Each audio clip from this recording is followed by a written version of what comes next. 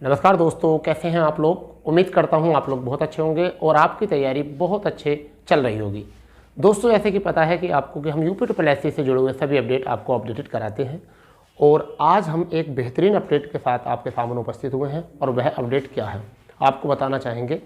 देखिए, एक वैकेंसी 2018 में आई थी। जो वैकेंसी थी यूपी ट्रिपल एससी जेई यानी कि जूनियर इंजीनियर की जो वैकेंसी थी, जूनियर इंजीनियर की, ठीक है। तो वह वैकेंसी का रिजल्ट आपका बहुत जल्द आपके सामने होगा, परंतु उस रिजल्ट से पहले बहुत सारे स्टूडेंट इच्छुक हैं कि वो वैकेंसी कब आएगी।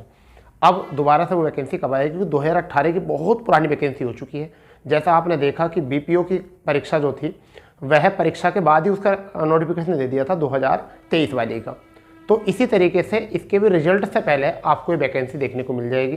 कितने पद हैं, कब नोटिफिकेशन आएगा और क्या इसका सिलेबस होता है, तो हर प्रकार की जानकारी जो है हम आपको मुहैया कराने वाले हैं। ठीक है दोस्तों, तो देखिए क्या है यूपी ट्रिपल एससी जेई नई भर्ती जो है 2024, ठीक है। इसमें कुल पदों की संख्या जो है वो कितनी है, 3123 कुल पद हैं।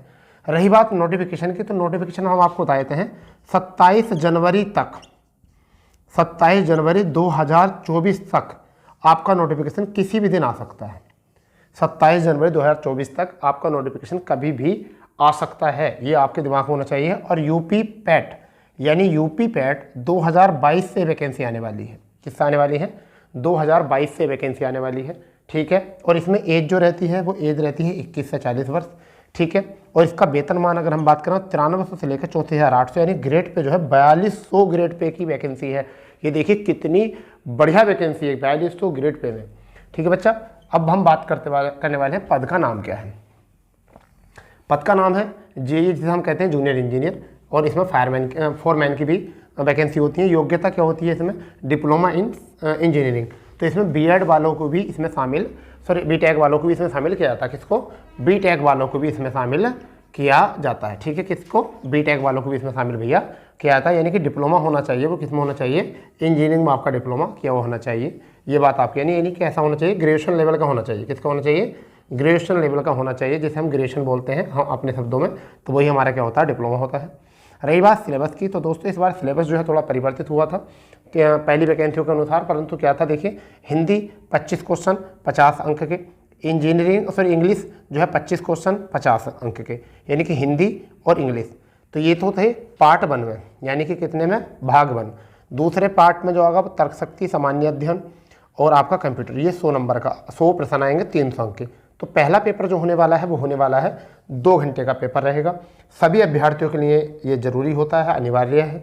सभी अभ्यर्थी इसे देंगे, अनिवार्य होता है, ठीक है। जो भी वैकेंसी जिस जिस विभाग में आती हैं, इंजीनियरिंग की अलग अलग विभाग इसमें इंजीनियरिंग मांगते हैं, यानी कि ग्रामीण, सिविल, कुछ इस तरीके से, पर्यावरण, सब में जो है इंजीनियर जो आते हैं। तो उनके लिए जो है सभी अभ्यर्थियों के लिए जो है जो मॉर्निंग में आपका एग्ज़ाम होगा उसी में जो है ये पेपर होना है। 2 घंटे का टाइम मिलेगा। 1/4 नेगेटिव मार्किंग आएगी आपकी, 1/4 नेगेटिव मार्किंग। वहीं उसी दिन शाम मतलब इवनिंग मीटिंग बोलते हैं इसको, शाम की मीटिंग जो है उसमें क्या आएगा, उसमें दूसरा पेपर आएगा, वो 150 क्वेश्चन का हो, जिसमें पार्ट 1 जो होगा वो हमारा होगा सिविल इंजीनियरिंग का।